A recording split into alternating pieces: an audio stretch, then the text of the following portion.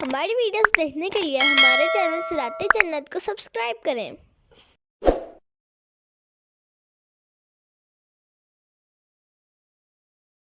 اعوذ باللہ من الشیطان الرجیم، بسم اللہ الرحمن الرحیم۔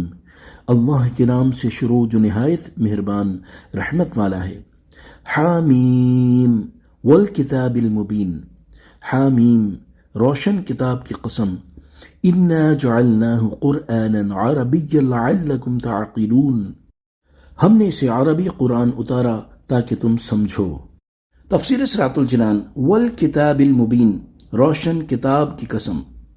ان آیات کا خلاصہ یہ ہے کہ روشن کتاب قرآن پاک کی قسم، جس نے ہدایت اور گمراہی کی راہیں جدا جدا اور واضح کر دیں اور امت کی تمام شرعی ضروریات کو بیان فرما دیا۔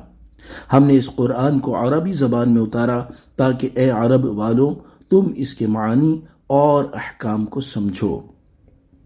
یاد رہے کہ قرآن پاک کے سوا کوئی آسمانی کتاب عربی زبان میں نہ آئی، کیونکہ عرب میں حضرت اسماعیل علیہ السلام کے بعد حضور اقدس صلی اللہ تعالی علیہ وآلہ وسلم کے علاوہ اور کوئی نبی تشریف نہ لائے۔ اس سے معلوم ہوا کہ عربی زبان تمام زبانوں سے اشرف ہے کہ اس زبان میں قرآن پاک آیا۔ حضور پر نور صلی اللہ تعالی علیہ وآلہ وسلم کی زبان عربی تھی، مرنے کے بعد سب کی زبان عربی ہو جاتی ہے۔ عربی میں ہی قبر اور قیامت کا حساب ہوگا اور اہل جنت کی زبان عربی ہوگی۔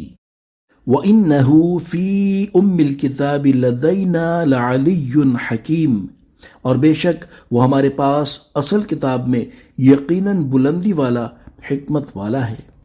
تفسیر صراط الجنان، یعنی بے شک قرآن پاک ہمارے پاس سب کتابوں کی بنیاد لوح محفوظ میں موجود ہے، اور اے اہل مکہ تم اگرچہ قرآن پاک کو جھٹلاتے رہو لیکن اس سے کوئی فرق نہیں پڑتا، کیونکہ ہمارے نزدیک اس کی شان بہت بلند ہے اور یہ تمام کتابوں سے اشرف و اعلیٰ ہے، کیونکہ سب اس جیسی کتاب لانے سے عاجز ہیں اور یہ حکمت والا کلام ہے۔ أَفَنَضْرِبُ عَنْكُمُ الذِّكْرَ صَفْحًا أَن كُنتُمْ قَوْمًا مُسْرِفِينَ، تو کیا ہم تم سے قرآن کا نزول اس لیے روک دیں کہ تم لوگ حد سے بڑھنے والے ہو؟ تفسیر صراط الجنان، اس آیت کا معنی یہ ہے کہ اے کفار مکہ، تمہارے کفر میں حد سے بڑھنے کی وجہ سے کیا ہم تمہیں بیکار چھوڑ دیں اور تمہاری طرف سے وحی قرآن کا رخ پھیر دیں اور تمہیں حکم اور ممانعت کچھ نہ کریں؟ یہ تمہاری بھول ہے، ہم ایسا نہیں کریں گے۔